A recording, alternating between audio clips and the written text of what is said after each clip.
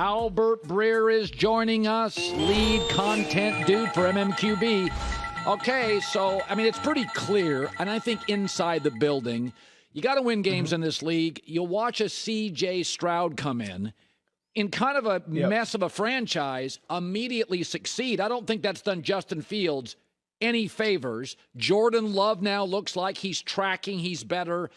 It's done now for Justin Fields in Chicago, right? They're going to move him?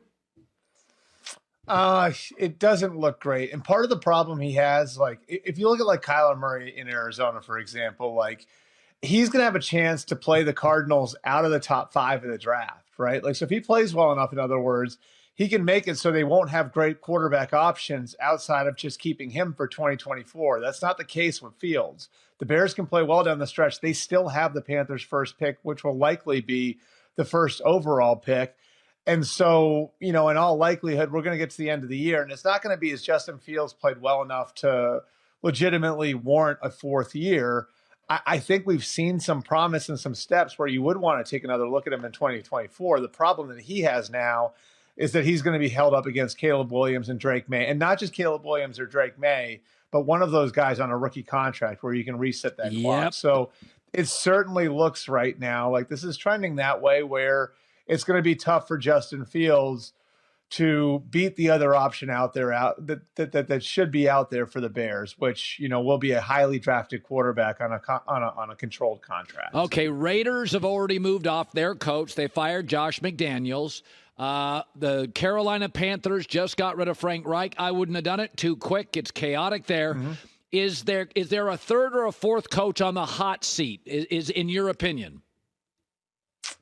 I mean, Washington's the one that I think we all have to keep an eye on. I think we all assume that's going to be done at the end of the year. And in fact, I would say like the in-season firing of Jack Del Rio probably makes it more difficult to fire Ron Rivera while you're in season, right? And the reason why is obvious, because now he's running your defense. And if you've already lost your coordinator, it's going to be hard to function the rest of the year with those players if you don't have Rivera or Del Rio on the staff. But Washington would be the one that I would really keep an eye on over the next 5 or 6 weeks, where if things really go the wrong way, there could be a change there. I'm just trying to think of someone else, Colin, and there's so many teams that are bunched up in the middle of the league right now. I mean, I guess the one obvious one might be the Chargers. Yeah. Where you would look at that one and say, okay, maybe they want to take Kellen Moore out for a test drive if it gets to the point where they've decided they're going to move on from Brandon Staley and they are going to eventually bring in somebody to work with Justin Herbert. Maybe you want to look at Kellen Moore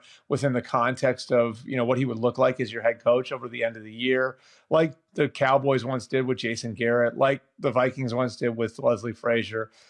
Those two would be the other two that I would look at and saying, it looks like those are going to be over by the end of the year, so maybe teams will pull the plug a week or two early. Sean McDermott's been very successful, but you can see even his press conference after the Philly loss, it was much more humble.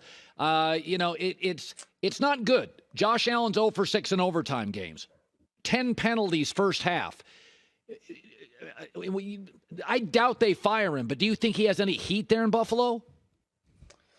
Yeah, I mean, I think there's certainly questions about the window, and it's not the window for the franchise. Let's be clear about that. As long as Josh Allen's your quarterback, the championship window is open. We saw that on Sunday. Like, he was the best player on the field, and it wasn't his fault that they lost that game. But, for this group of players, and I'm talking about like Matt Milano and Tre'Davious White coming back off of injury, Ed Oliver, Deion Dawkins, Stephon Diggs, a lot of those guys are either in their late 20s or already on the wrong side of 30. Von Miller, obviously, another one. And so do you kind of get to that point where it's like we need to do something to create a spark so we can get one last great run out of this group of players? That's the question that that the ownership there, that Terry Pagula and his family are going to have to answer. Because, I think you look at where they are. And again, like for this particular group of players, that window maybe has a year or two left in it. And, oh, by the way, if you do make a change, now we're talking about who's going to shepherd the reset. And do you feel comfortable with Sean McDermott captaining the reset for you? So McDermott's obviously done a lot of great things here over the last 7 years in resurrecting the Buffalo franchise. Now the question becomes for Pagula and his group, is he the man to put them over the top with the group that you have right now? And then is he the man to lead the reset whenever the time comes for that? So early in the season, we've seen 3 stages of Jordan Love this year. The coddling in the preseason. Remember, they tempered it. Don't expect too much. Yeah. Then the heavy criticism in the first 7-8 weeks. Matt LaFleur, highly critical. And now we see growth. Now it's the Chargers and Lions secondary. But in the building, is there a feeling, those young receivers are really, really talented. Is there a feeling like, okay, this year and next year, we're going with Jordan, and in this wobbly division, he's the guy? You know what's interesting about this, Colin? Is like, I think if you got Matt LaFleur in an honest moment, he would tell you that every quarterback should be developed this way, that every quarterback should sit for a few years, that every quarterback should be developed with patience, that every team should exhibit this. Now, that's unrealistic, right? Like, there are very few teams that have the setup the Packers did that Jordan Love walked into, that have coaches and GMs with the job security to pull something like this off. But they really do feel like they're doing things the right way. And a big part of it for Jordan Love was just being able to see more things, being able to go out there and make his mistakes and fall on his face and pick himself back up.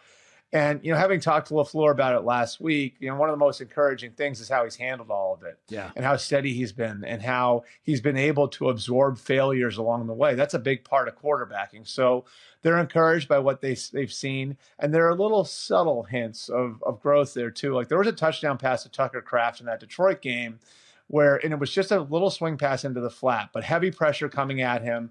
And Jordan Love not only handled the pressure and was able to get away from the pressure, he also put the ball where it needed to be. There was the right amount of air under the ball, and it put Tucker Kraft in position to walk into the end zone. So they're seeing little signs of that. They think he's got the right temperament. He's loved within the building, and they're giving him a chance to grow up with a bunch of guys who are right around his age. And again, like Tucker Kraft and Luke Musgrave and the receivers, Christian Watson and Romeo Doubs and Jaden Reed. There's so many guys that have come into the league the last couple of years that are in that skill position group. It really is Jordan's group.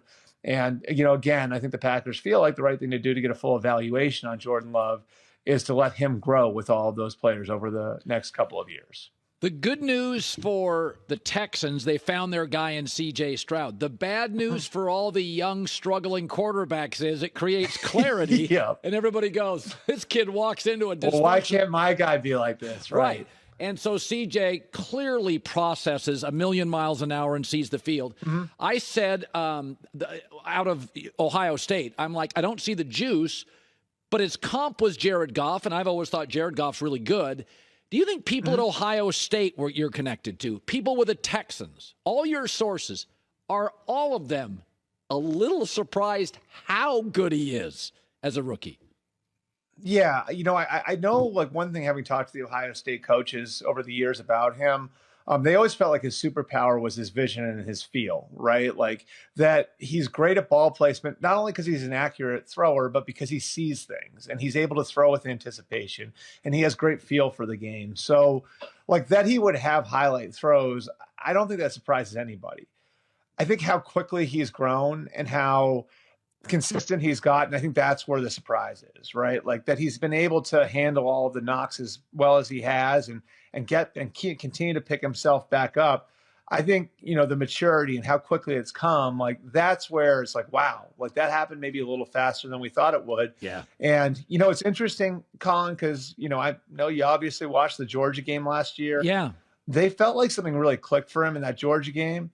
And it's almost like he took that and he never turned back. Right. And that's really rare that you see a hard turning point like that. But I know that they felt like they saw a different version of C.J. Stroud after the way the Michigan game went for him and coming out of that Michigan game, and then the way he wound up playing at against Georgia. Like, that's continued into the pros. And here's the great thing about it, right?